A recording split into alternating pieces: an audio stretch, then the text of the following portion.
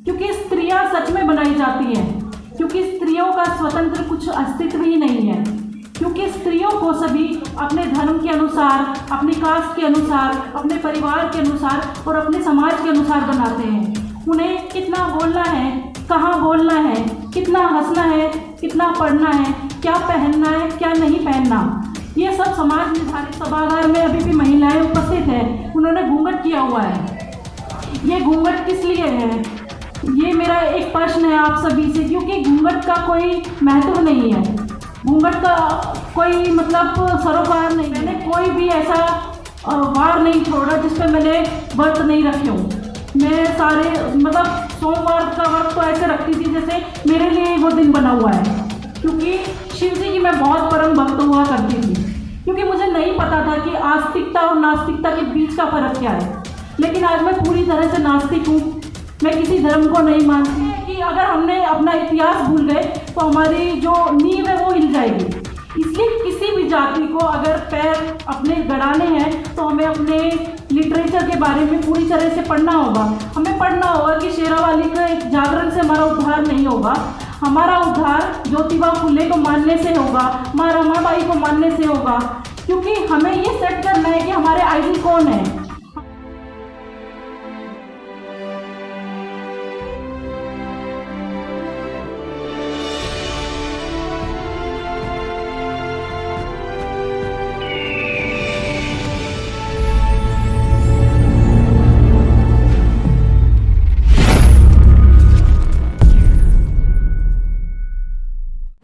सभी को पहले मेरा जय भीम।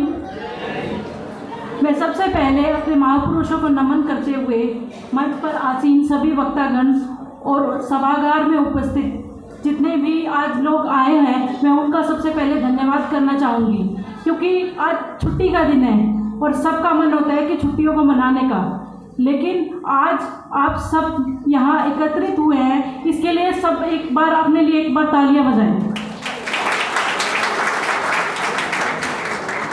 जैसा कि आज का सत्र पूरी तरह से महिलाओं को समर्पित है, तो इसलिए महिलाओं को केंद्र में रखते हुए मैं कुछ बातें व्यक्त करूँगी। एक बहुत ही फेमिनिस्ट थी जिन्होंने एक बात कही थी कि स्त्री पैदा नहीं होती, स्त्री बनाई जाती है।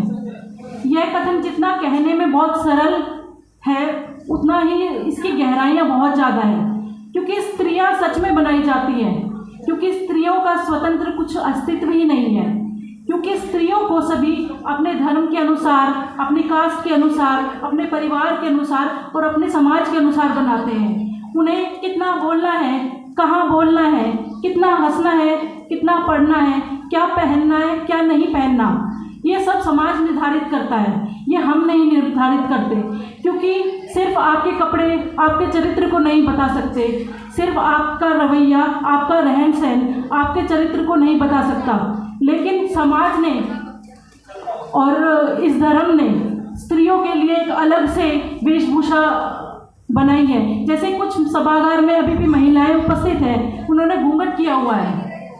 ये घूंघट किस लिए है, ये मेरा एक प्रश्न है आप सभी से, क्योंकि घूंघट का कोई महत्व नहीं है, घूंघट का कोई मतलब सरोकार नहीं है।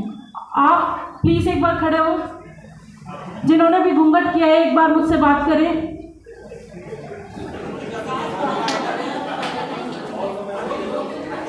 क्योंकि हमने यहाँ पर एक बात रखी थी, जैसे कि प्रिया जी ने, हमें इन्हीं रीति रिवाजों को धीरे धीरे खत्म करना है।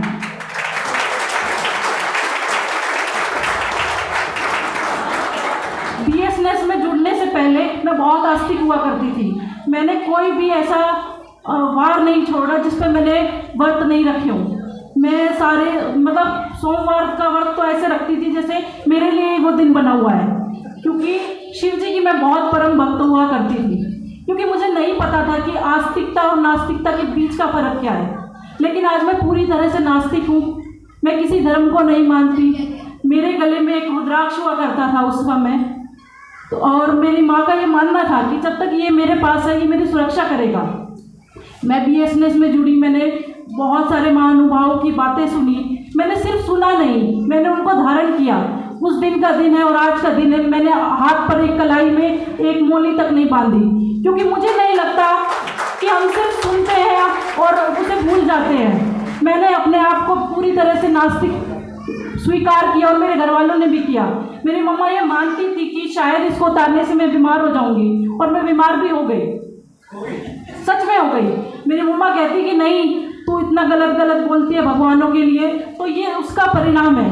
मैंने कहा मम्मा मैं मर तो नहीं जाऊंगी, आज 5 साल से मैं जिंदा हूँ, मुझे कुछ नहीं हुआ। मेरा कहने का मतलब ये है कि अगर धर्म को आपको खुद को इसे हटाना है, क्योंकि जो मनुवादी लोग हैं उनके लिए सबसे सॉफ्ट टारगेट हमारी महिलाएं हैं, क्योंकि महिला ही है जो चरित्र का निर्माण करती है, महिला ही है जो आपके बच्चों में एक अच्छा परवरिश देंगी। तो इसीलिए हमें सत्यनारायण की कथाएं नहीं पढ़नी है। सत्यनारायण की कथाएं पढ़ने के बजाय हमें अपना लिटरेचर पढ़ना है। हमें ये पढ़ना है कि हमारा उद्गम कहाँ से हुआ है। मैं MDU की छात्रा हूँ, वो जाट बहुल इलाका है। MDU की लाइब्रेरी में सबसे ज़्यादा अगर बुक्स हैं तो वो जाटों का इतिहास उन्होंने रखा हुआ है, क्योंकि वो चाहते हैं कि अगर हमने अपना इतिहास भूल गए तो हमारी जो नींव है वो हिल जाएगी। इसलिए किसी भी जाति को अगर पैर अपने गड़ाने हैं तो हमें अपने लिटरेचर के बारे में पूरी तरह से पढ़ना होगा। हमें पढ़ना होगा कि शेरावाली के जागरण से हमारा उद्धार नहीं होगा, हमारा उद्धार ज्योतिबा फुले को मानने से होगा, माँ रमाबाई को मानने से होगा। क्योंकि हमें ये सेट करना है कि हमारे आइडल कौन है। हमारे आइडल या तो बाबा साहब है या भगवान जी हैं, दोनों में से हमें एक चुनना होगा। तो इसलिए तो मैं आपके लिए ज़्यादा वक्त न लेते हुए मैं कुछ चीज़ें आपसे डिस्कस करना चाहूँगी कि जितनी भी हमारे साथ दुर्घटनाएं हो चुकी हैं या हो रही है, जैसे मनीषा वाल्मीकि के साथ हुई, और भी हमारी कई महिलाएं हैं जो इसका शिकार हो चुकी हैं, उसके लिए ज़रूरी है कि हमें अपने बच्चों के लिए शिक्षा के दरवाजे खोलने पड़ेंगे। क्योंकि बाबा साहब कहते थे कि शिक्षा शेरनी का वह दूध है जो पिएगा वह दहाड़ेगा। मैं BSNS से जुड़ने से पहले मैंने MBA किया हुआ था, लेकिन मैंने पढ़ाई छोड़ दी थी क्योंकि मेरे फादर मेरे लिए एक अच्छा लड़का ढूंढना चाहते थे। इसलिए मैंने अपनी पढ़ाई को 2 साल के लिए विराम दे दिया। लेकिन BSNS में जुड़ने के बाद हमारा वहाँ कैडर हुआ, जिसमें सर ने हमें बहुत अच्छे से बताया कि शरीर मन का कैसे समागम करते हुए हमें अपने अंदर बदलाव लाना है। मैंने फिर से पढ़ाई शुरू की।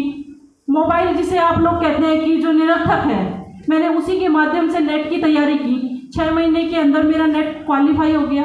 उसके बाद मुझे ऐसा लगता था कि PhD बहुत बड़ा हुआ है, क्योंकि मेरे पूरे परिवार, मेरे पूरे गांव में कोई PhD नहीं था।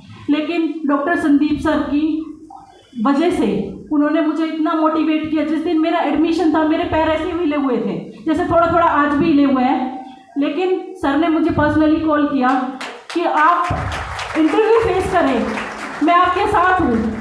BSNS की पूरी टीम मेरे साथ हमेशा रही, इसलिए आज उस भीड़ से निकलकर मैं आज यहाँ खड़ी हूँ, क्योंकि ये परिणाम है उस कैडर का, उस मोटिवेशन का। जो लोग ये कहते हैं कि BSNS करता क्या है, 4 लोगों को इकट्ठा कर लेता है, खाना खा लेते हैं, लेक्चर हो जाता है, उसके बाद ख़त्म। लेकिन ये परिवर्तन जो आप सबके सामने है वो BSNS की वजह से है। हम सबके अंदर एनर्जी है, क्योंकि जो हमारी कौम है सबसे परिश्रमशील कौम है, लेकिन हमारे पास डायरेक्शन नहीं है। हमें डायरेक्शन कहाँ से मिलेगी? जो हमारे पढ़े लिखे लोग हैं वो उनके संपर्क में आएंगे, हमारे बच्चे उनके संपर्क में आएंगे, हम उनसे सीखेंगे। मैंने कभी नहीं सोचा था कि मैं PhD करूँगी या नेट JRF करूँगी या मैं लेक्चरशिप की तरफ जाऊँगी। लेकिन जब मैंने BSNS का एक ऐसा ही समारोह था, तब मैं वहाँ पीछे बैठी हुई थी, तो मुझे लगा कि काश कभी मैं यहाँ बैठ पाऊँ। और आज आप सब देख पा रहे हैं कि मैं सिर्फ एक डायरेक्शन की वजह से, सिर्फ डायरेक्शन ही हमारे अंदर की जो एनर्जी है उसको फोकस करके बस एक तरफ ले गया और इतना अच्छा रिजल्ट आया।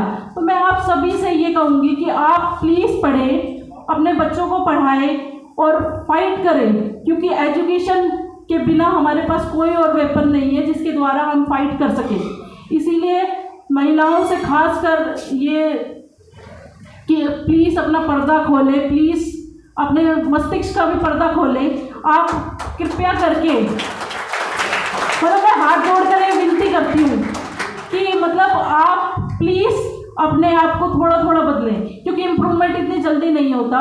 लेकिन अगर आप एक एक करके इम्प्रूवमेंट करेंगे तो हर महिला को इस दिवस पर एक शपथ लेनी है, जो अगले साल आप ये देखेंगे कि क्या मैंने जो शपथ ली थी वो मैं निभा पाई हूँ और मैं कितनी निभा पाई हूँ। इसी के साथ मेरा जय भीम, बाय।